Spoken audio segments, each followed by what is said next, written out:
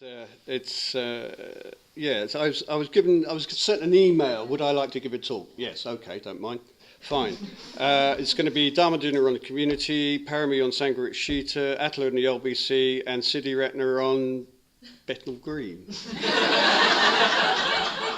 it had been Saranath or Bodh Gaya or Vulture Peak, or I say Bodh Gaya, BG, but it wasn't Bodh Gaya, it was Bethnal Green. So I thought, oh God, no, I don't know what to do. Then I got a second email, which lifted my spirits a bit, because it said, right, okay, you're going to kick off. It'll be about Bethnal, you'll start with Bethnal Green. I thought, well, that's perfect, isn't it? Because it's laying the ground for the arising of, like Pratyayat Samatpada style kind of thing. I lay the ground, and then you get the content, as it were.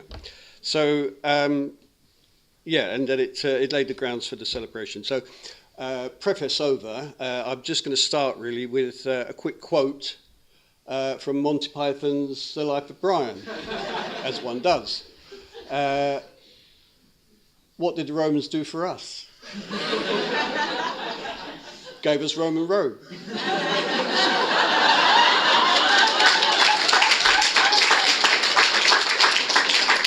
So here we are at 51 Roman roads, so virtually the beginning of the Roman road. It's actually got a really long history as the Roman road. So this talk really is going to be setting the scene. There's not much about the centre, to be quite honest, but that's because the other people will be filling in there. But it's actually got a very, very long history. So here, about 1,960 years ago, in AD 58, Bodhiciya, or Boudica, whichever you prefer, came across from Wales, having heard that there were some invaders that sort of landed, and they weren't too happy about that. So she sacked Camlundum. I can't pronounce it really because it's Latin, but it's actually Colchester. And then she came down from Colchester and fought the Battle of Roman Road. Now, you wouldn't have thought that Roman Road had a battle, but yes, there was a battle here called the Battle of Roman Road. Bodhiciya won, and then went on to sack Londinium, the city of London. And she did partly because they hadn't paid their taxes. Very contemporary kind of idea. That they were meant to pay taxes for being allowed to take over. They didn't pay them, so there was this reaction, and you had the Battle of Roman Road. But nonetheless, Romans persisted, as it were. The road was built between here and Colchester and various other places, and it's one of the oldest known trading routes in Great Britain itself. It's really a very, very old route. And you could even say useful stuff, has been falling off the back of chariots, horses, carts, and the backs of lorries ever since.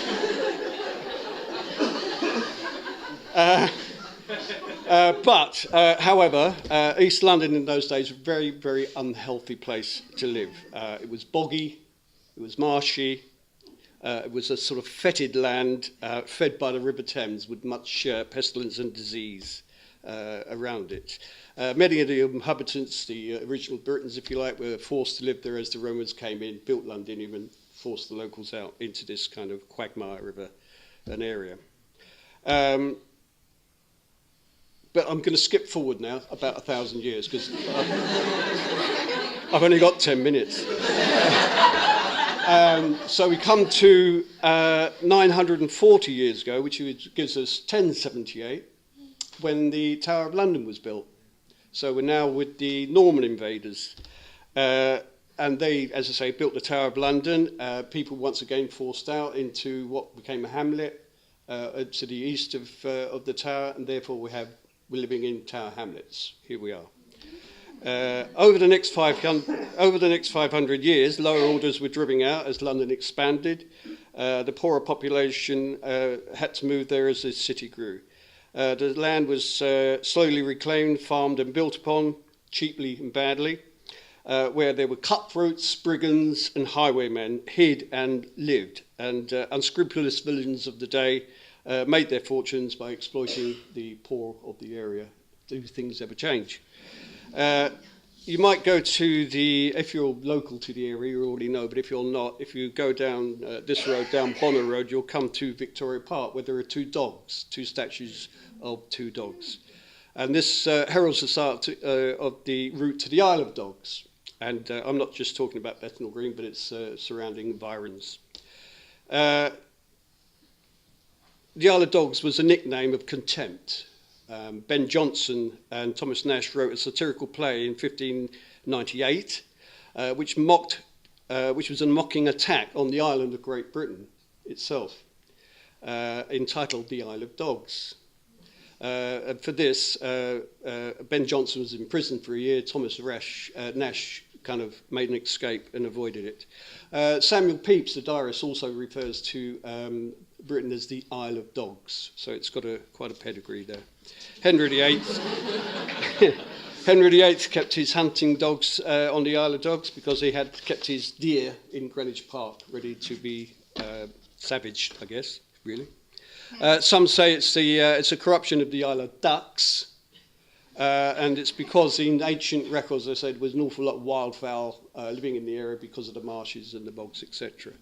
Other people say it's a corruption from the presence of Dutch engineers. Dutch engineers were brought over to drain the land, ready for the building of the docks down on the Isle of Dogs, as it were.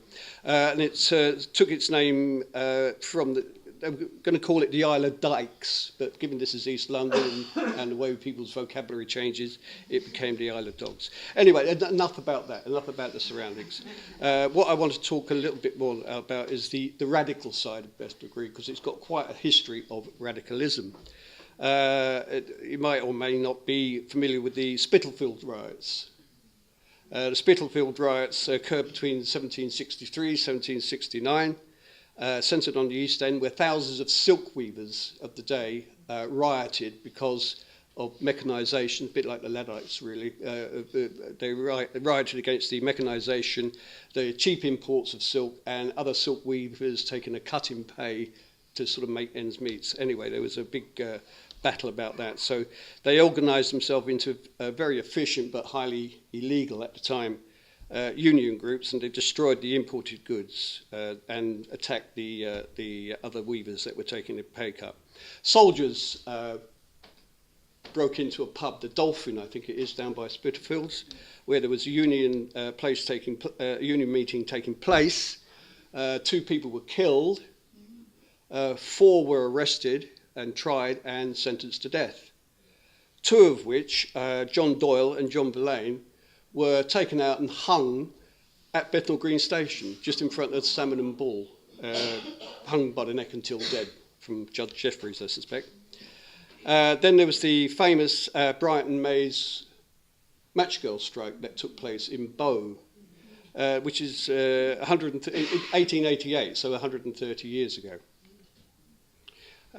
The Brighton May was actually a Quaker firm, oddly enough, and you would think Quakers, quite responsible people, but apparently it had terrible, harsh conditions and working with white phosphorus, which gave many of these women phossy jaw, something called phossy jaw, and it was a dreadful deterioration of the lower jawbone, causing it to become as porous as pumice stone, therefore making it really difficult or not impossible to eat. So there was a lot of suffering for those women. The strike also aimed to improve the conditions of the women doing piecework. Do we all know what piecework is? I would imagine you do. I won't go into it, there isn't time. But they would work at home with their children, and children being children would sort of eat, put it in their mouths, and the children died. So it got so serious that even someone like Annie Besant, who was a very famous social reformer of the time, took up the case, took it to Parliament, argued their case, and got an improvement in their working conditions. So the match girl strike. By the end of the 19th century, Bethnal Green was one of the worst slums in London. It's 35% of the population living in destitution. And if you look at someone like Gustave Doré's illustrations of London, you've got these back-to-back tenements that, really, really grubby, awful places. There would have been lots of unemployed people, standpipes for contaminated water, often with cholera. poor sanitation, rats, etc., etc. You know the kind of thing I mean. And if you look at the Dories illustration, that kind of shows you. Jack the Ripper. You've all heard of Jack the Ripper. Operated at the western end of Bethnal Green and neighbouring Whitechapel, while in more recent times, if you go down Valence Road, if you dare, just off the Bethnal Green Road is the home of the infamous 1960s criminal Craig gang, who are said to have made East London safer. But for who?